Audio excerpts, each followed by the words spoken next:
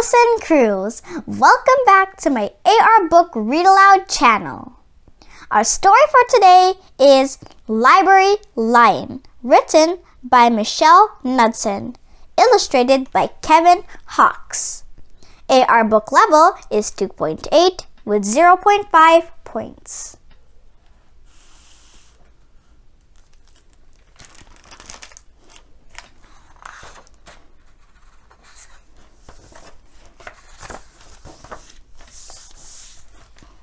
Librarian.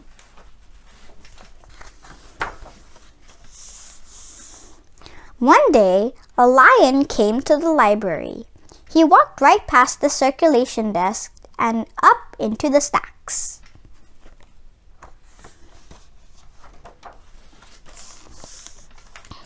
Mr. McBee ran down the hall to the head librarian's office. "Miss Merriweather," he called. "No running," said Miss Merriweather without looking up. "But there's a lion," said Mr. McBee, "in the library." "Is he breaking any rules?" asked Miss Merriweather. She was very particular about rule breaking. "Well, no," said Mr. McBee. "Not really." "Then leave him be."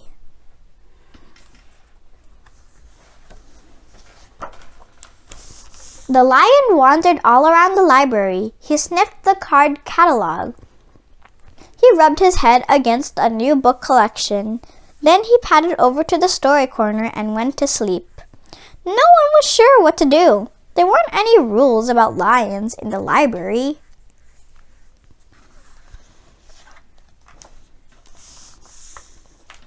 Soon, it was time for story hour.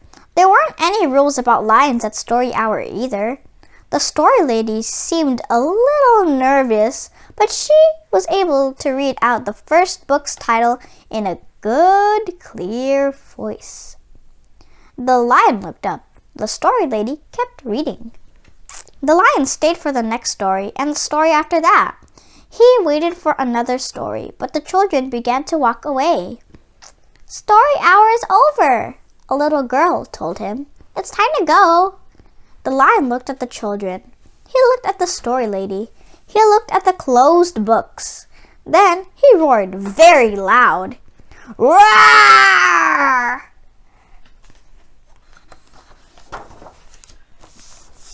Miss Merriweather came striding out of her office. "Who is making that noise?" she demanded. "It's the lion," said Mr. McBee. Miss Merriweather marched over to the lion. "If you cannot be quiet, you will have to leave," she said in a stern voice. "Those are the rules." The lion kept roaring.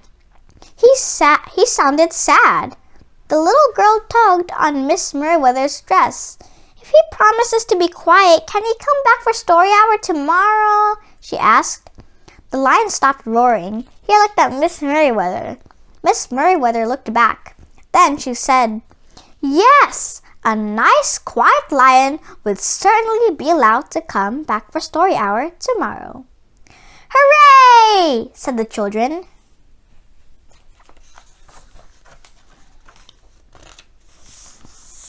The next day, the lion came back. "You are early," said Miss Merriweather. "Story hour is not until 3 o'clock." But the lion did not budge. "Very well," said Miss Merriweather. "You might as well make yourself useful." She sent him off to dust the encyclopedias until it was time for story hour. The next day, the lion came early again. This time, Miss Merriweather asked him to lick all the envelopes for the overdue notices.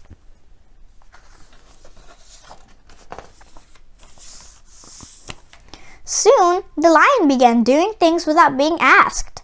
He dusted the encyclopedias. He licked the envelopes. He let small children stand on his back to reach books on the highest shelves. Then he curled up in the story corner to wait for story hour to begin.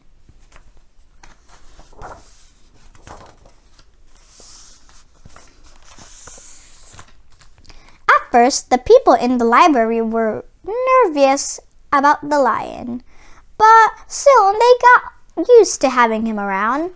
In fact, he seemed very well suited for the library. His big feet were quiet on the library floor. He made a comfy backrest for the children at story hour, and he never roared in the library anymore. What a helpful lion, people said. They patted his soft head as he walked by. How did we ever get along without him? Mr. McBee scowled when he heard that. They had always gotten along fine before. No lions were needed.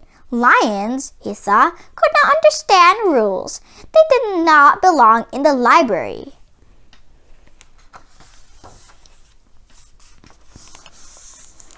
One day, after he had dusted all the encyclopedias and licked all the envelopes and helped all the small children, the lion padded down the hall to Miss Merriweather's office to see what else there was to do. There was still some time left before story hour. "Hello, Lion," said Miss Merriweather. "I know something you can do. You can bring a book back into the stacks for me.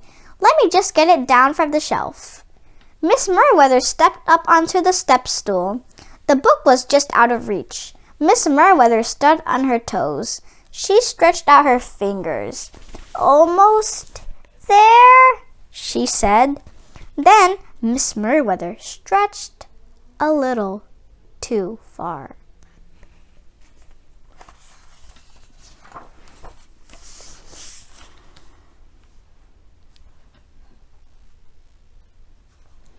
"Ouch!" said Miss Merriweather softly. She did not get up. "Mr. McBee!" she called after a minute. "Mr. McBee!" But Mr. McBee was at the circulation desk. He could not hear her calling. "Lion," said Miss Merriweather, "please go and get Mr. McBee." The lion ran down the hall. "No running," Miss Merriweather called after him. The lion put his big front paws up on the circulation desk and looked up at Mr. McBee. "Go away, Lion," said Mr. McBee. "I'm busy." The lion whined. He pointed his nose down the hall toward Miss Merriweather's office. Mr. McBee ignored him.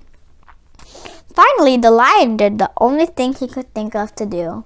He looked Mr. McBee right in the eye. Then he opened his mouth very wide and he roared, the loudest roar he had ever roared in his life. Roar!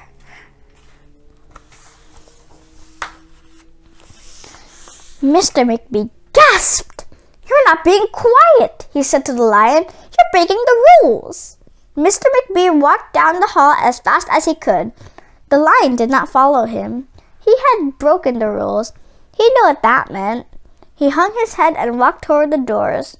Mr. McBee did not notice. "Miss Merriweather," he called as he walked. "Miss Merriweather! The lion broke the rules! The lion broke the rules!"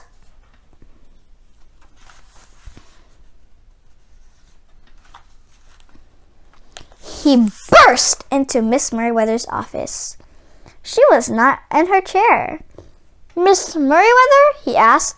"Sometimes," said Miss Merriweather, from the floor behind her desk, "there is a good reason to break the rules, even in the library. Now, please go call a doctor. I think I have broken my arm." Mr. McBee ran to call a doctor. "No running!" Miss Merriweather called after him.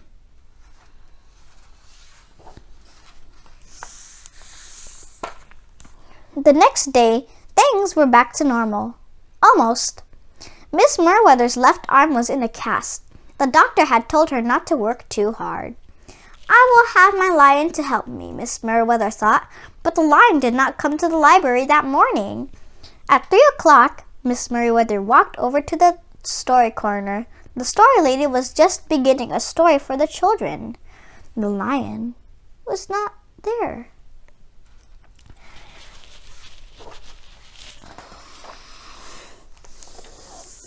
People in the library kept looking up from their books and computer screens, hoping they would see a familiar furry face. But the lion did not come that day. The lion did not come the next day either, or the day after that. One evening, Mr. McBee stopped by Miss Merriweather's office on his way out. "Can I do anything for you before I go, Miss Merriweather?" he asked her. "No, thank you," said Miss Merriweather. She was looking out the window. Her voice was very quiet, even for the library. Mr. McBee frowned as he walked away. He thought there probably was something he could do for Miss Merriweather after all.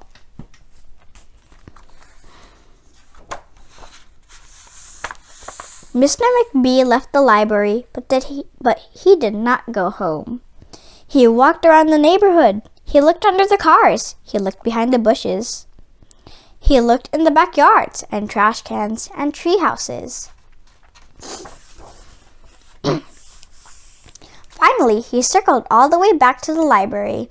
The lion was sitting outside looking in through the glass doors. "Hello, lion," said Mr. McBee. The lion did not turn around. "I thought you might like to know," said Mr. McBee, "that there's a new rule at the library. No roaring aloud unless you have a very good reason. Say, if you're trying to help a friend who's been hurt, for example." The lion's ears twitched. He turned around, but Mr. McBee was already walking away. The next day, Mr. McBee walked down the hall to Miss Merriweather's office. "What is it, Mr. McBee?" asked Miss Merriweather. "What is it, Mr. McBee?" asked Miss Merriweather in her new, sad, quiet voice. "I thought you might like to know," said Mr. McBee, "that there's a lion in the library." Miss Merriweather jumped up from her chair and ran down the hall. Mr. McBee smiled. "No running," he called after her. Miss Merriweather did not listen. Sometimes there was a good reason to break the rules, even in the library.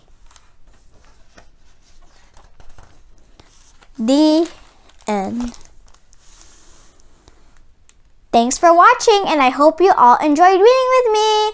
Don't forget to like, subscribe, share, and click the notification bell so you won't miss any new upcoming videos. Have a great day!